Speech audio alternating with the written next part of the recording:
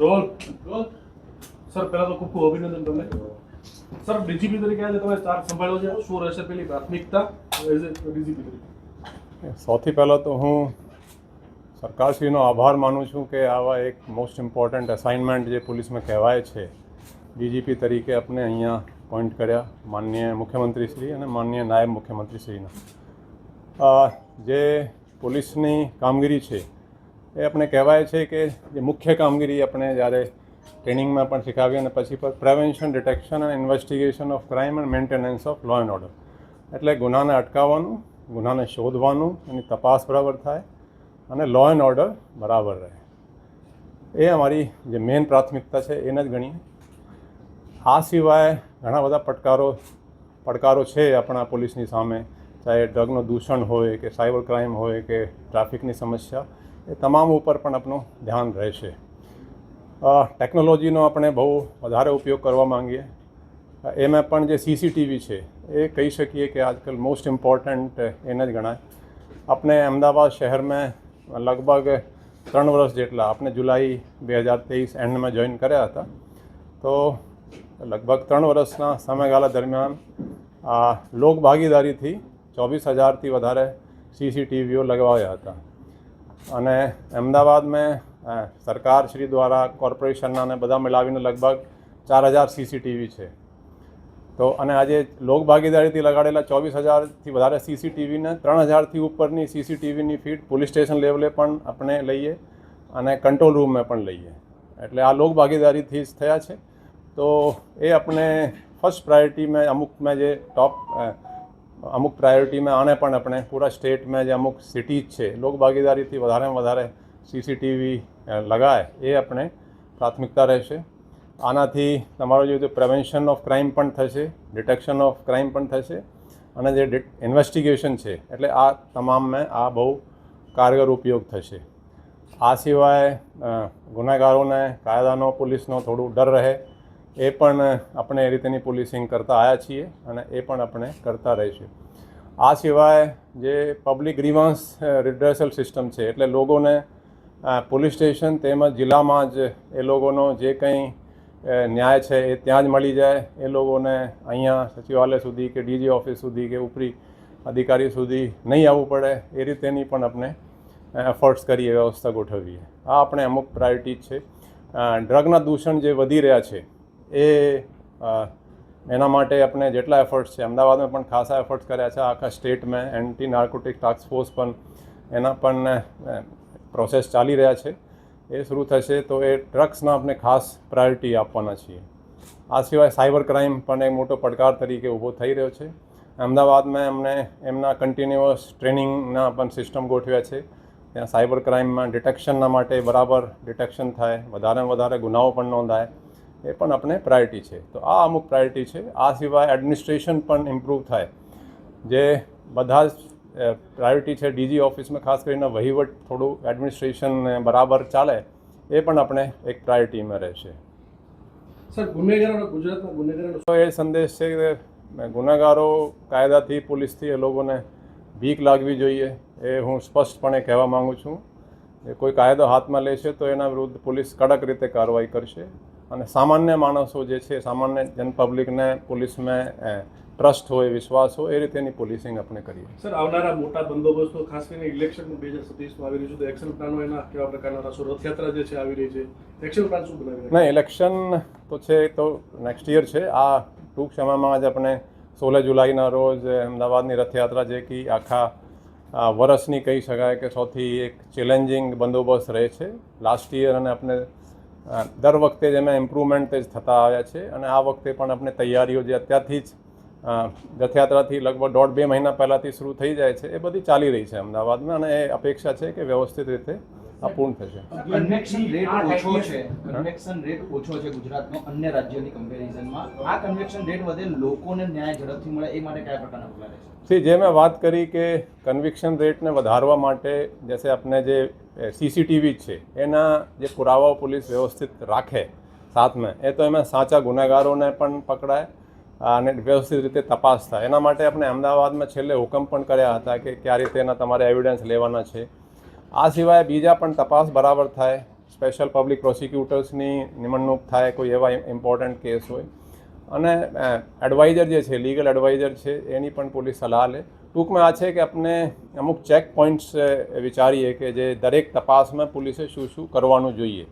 અમુક જે હોય તપાસ કરનાર, ચાહે હેડ કોન્સ્ટેબલ ન હોય કે પીએસઆઈને ખ્યાલ હોય કે ભાઈ આ મુદ્દાઓ છે, ચીટિંગ છે એટલે આપણે સર્ચ કરવાની છે, આ કોઈ એનો બેંક એકાઉન્ટ સીઝ કરવાના છે, અમુક મુદ્દાઓ જે છે એના આપણે માઇન્ડમાં પ્લાનિંગ છે કે આખા સ્ટેટમાં આપણે આ કરાવીએ.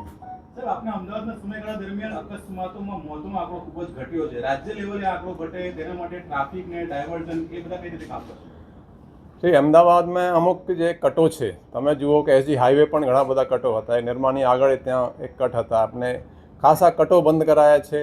સર્કલ્સ જે હતા એને આપણે ઇમ્પ્રૂવ કરાયા છે. ઘણા બધા જે ટ્રાફિકના નડતરરૂપ હતા અડચણો હટવાવ્યા છે. ઓવર સ્પીડિંગના કેસો બહુ કર્યા છે આપણે. હવે હું કહી શકું કોઈ સાણંદ કે બાવલાથી કે આ બાજુ આવે છે કોઈ સચિવાલય બાજુ, તો એની આપોઆપ એસજી હાઈવે પર સ્પીડ ઓછી કરી લે છે. એટલે આપણે ડેથના આંકડા જોઈએ તો 2023 કરતાં 2024માં 100થી વધારે ઓછી ડેથ થઈ હતી. અને તમે જુઓ તો 25માં પણ 2023થી ઓછી ડેથ થઈ. એમાં લગભગ 530 કે એટલી 23માં છે, અને 420 કે 30 એટલી 24માં છે, અને 25માં પણ 450 જેટલી છે. એટલે તમે જુઓ છો મેન જે છે આપણે ઓવર સ્પીડિંગમાં ખાસ ધ્યાન આપ્યા. થોડા હેલ્મેટના પણ આપણે ડ્રાઈવર રાખી. હવે કોઈને 1-2 વખત દંડ થાય પછી હેલ્મેટ પહેરતો શરૂ થઈ જાય એવા પણ છે. અને રોંગ સાઈડના કેસો પણ કર્યા છે. તો ટૂંકમાં આ છે કે પ્રાયોરિટી આપણે ટ્રાફિકની અમદાવાદ શહેરમાં પણ રાખી અને એમાં ખાસા ફાયદા થયા છે. એ રીતે વ્યવસ્થા આખા સ્ટેટમાં યોજાય એ રીતે. કેમ કે એક લાઈફ ઇમ્પોર્ટન્ટ છે. જેના એક્સિડન્ટમાં કંઈ થાય, મૃત્યુ થાય તો એના પરિવાર આખું તૂટી જાય છે અને બહુ તકલીફ પડે છે. સાહેબ, આપના સમયગાળા દરમિયાન અમદાવાદ ભારતનું સૌથી સુરક્ષિત શહેર બન્યું હતું. હવે ગુજરાત લેવલે આ કામગીરી કરવામાં કઈ રીતે મહેનત રહેશે? આ જે છે લાસ્ટ યર એક યુરોપિયન ઓર્ગેનાઇઝેશન છે, કાફી રેપ્યુટેડ છે, નમ્બીઓ, એને ઇન્ડિયાના સૌથી સુરક્ષિત શહેર અમદાવાદને ડિક્લેર કર્યા હતા. એના માટે આપણે ખાસા એફર્ટ્સ કર્યા છીએ. ખાસ કરીને જે મેં સીસીટીવીની વાત કરી, સીસીટીવીના ખાસા એમાં કોન્ટ્રીબ્યુશન છે લોકોના. પછી ગ્રીવાન્સ રિડ્રેસલ સિસ્ટમ. હવે તમે જુઓ પોલીસ જે ફીડબેક આપણે મળે છે કે આખા પોલીસ સ્ટેશનનું વલણ બદલાઈ ગયું છે. લોકોના જે બિહેવિયર છે જે એમાં ખાસા ઇમ્પ્રુવમેન્ટ થયા છે. એના માટે આપણે જैसे પરેડમાં હું જાતે જતો અને પછી બ્રીફિંગ પણ કરતા કે તમે અરજદારો આવે છે એને સાંભળવાનું. તમે મોટા ભાગે ખેડૂતના જ કે આ સામાન્ય એના તમારા ફાધર હશે. જો હું આમ દાખલો આપું કે હું અમુક વખતે પૂછું કે તમારા ફાધર ખેડૂત છે, અરે ખેડૂતે જ આવે, તમે એને કેવી રીતે એને ટ્રીટ કરો છો? ખેડૂતનો છોકરો ટેબલની આ બાજુ હોય અને ખેડૂતને તમે વ્યવસ્થિત રીતે વાત નહીં કરો, એ કેટલો વ્યાજબી ગણાય? અને કોઈ બીજા મર્સિડીઝમાં આવે ને તમે બરાબર વધારે, એટલે એને તે કે એના પ્રાયોરિટી નહીં આપો, પણ એને થોડું દરેક સાથે તમે વ્યવસ્થિત રીતે વલણ રાખો. એ રીતે આપણે આ લોકોની માનસિકતા ખાસી પોલીસમાં અમદાવાદમાં બદલાઈ ગઈ એનો ફીડબેક આપણે મળે છે. એ રીતે થોડું વ્યવસ્થા ગોઠવીએ આપણે. મિશન ખાકી ફિટ એક અમદાવાદમાં ખૂબ જ સફળ રહ્યું. ગુજરાત લેવલે આને આપવામાં આવશે? હા, મિશન ફિટ ખાકીની હું વાત કરું કે લોકોનો 17-18 કિલો સુધી અમુકના વજન ઘટ્યા છે. 12 અઠવાડિયાનો આ એક નવોત્તર પ્રયોગ હતા. આપણે એમાં ફિઝિકલ અને મેન્ટલ ફિટનેસ એ બંનેમાં જ આપણે ધ્યાન આપ્યા. હવે તમે જુઓ કે માણસ કોઈ કહે કે સાહેબ આ બહુ મોટું છે, એનો વજન 130 કિલો 40 કિલો છે, એને આ નહીં ખાવું જોઈએ, પીઝા નહીં ખાવું જોઈએ, બર્ગર નહીં ખાવું જોઈએ, એને બધું ખબર છે, તેમ છતાં એ ખાવે છે. શા માટે? કેમ કે આના માઇન્ડ વીક છે.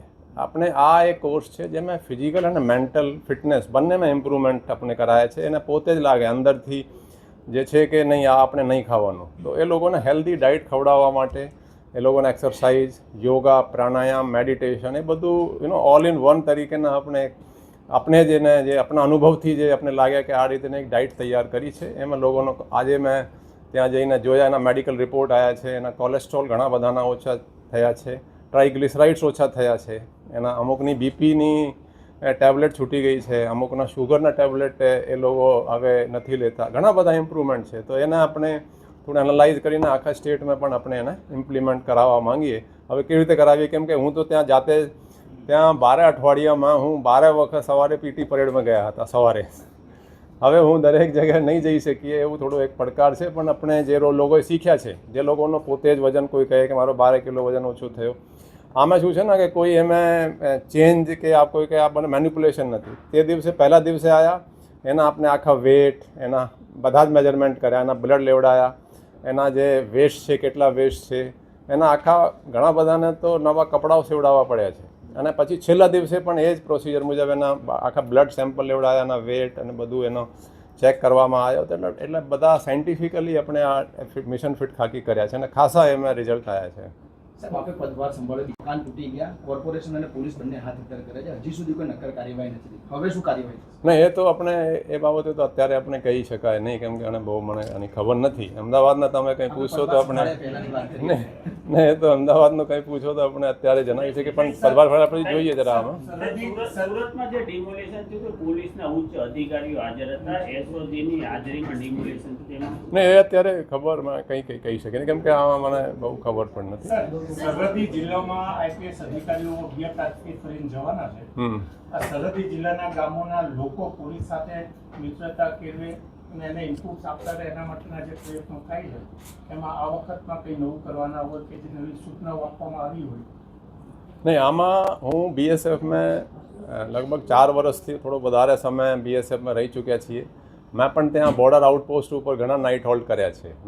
નાળા બેટ વગેરે એ બધું તમે અત્યારે જે છે ને એને વાઘા ઓફ ગુજરાત કહેવડાય છે, નારા બેટ. એમાં બહુ લોકો ટુરિસ્ટ જાય છે. એમાં તમે સરહદ જોઈ શકીએ, બીએસએફની પરેડ જોઈ શકાવો છો. ત્યાં જે છે, જે બોર્ડર જિલ્લામાં કચ્છ અને બનાસકાંઠાની જે બોર્ડર પોપ્યુલેશન છે, એના સાથે પોલીસનો સતત સંપર્ક રહેવું બહુ જરૂરી છે. અને બીએસએફના એના બધા સિવિક પ્રોગ્રામ્સ ચાલે છે. એના સાથે અમુક ત્યાં ગેમો રમાય ગામડામાં જઈને, અમુક ઘણા બધા ત્યાં કામો થાય છે. અને પોલીસ પણ એ લોકો સાથે સતત વિલેજ વિઝિટેશન કરે, મળે લોકોને, એ લોકોની કોઈ તકલીફ હોય દૂર કરે. એટલે ખરેખર આ પોલીસ અને ત્યાંના ગામડાના જે માણસો છે, ગામડાને પબ્લિક છે, એ પોલીસ સાથે સતત સંપર્કમાં રહે તો આપણે અહીંના ત્યાંની સુરક્ષા વ્યવસ્થિત રહેશે. એનો મેઇન છે. બાકી ઘણા બધા બીજા પણ આપણે છે ને કોઈ તકલીફ હોય, પાણીની પ્રોબ્લેમ હોય કે વીજળીની હોય, એ પણ નિવારણ થાય. ઘણા બધા મુદ્દા છે, પણ ટૂંકમાં પોલીસ સાથે તો એ સતત સંપર્કમાં રહે બહુ જરૂરી છે. પબ્લિક અને પોલીસ વચ્ચેનું એક તાલમેલની વાત કરીએ. ઘણા પ્રશ્નો એવા ઉઠતા હોય છે કે ફરિયાદ નથી લઈ રહી પોલીસ. હાલ હવે એના માટે કેવા એક્શનો લેવામાં આવશે જ્યાં પોલીસ ફરિયાદ ના લેતી હોય અને લોકોની આ કમ્પ્લેન?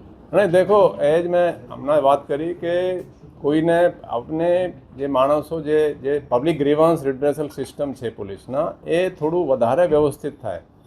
લોકોની જે રજૂઆત છે એ પોલીસ સ્ટેશન લેવલે જ એમને ન્યાય મળે. અને એટલમોસ્ટ જરૂરી હોય તો જિલ્લા લેવલે એની પ્રોબ્લેમ સોલ્વ થઈ જાય. ચાહે જિલ્લાના એસપી હોય, ચાહે પોલીસ કમિશનર હોય, એને અહીંયા સુધી ધક્કા ના ખાવડવું પડે કે ડીજી પાસે આવે કે સચિવાલયમાં જાય કે એ તેની વ્યવસ્થા ગોઠવી. અને પોલીસ સ્ટેશન લેવલે જ આવે. એમાં શું છે, મેન તો આપણા થાના અમલદારના મેન રોલ હોય છે.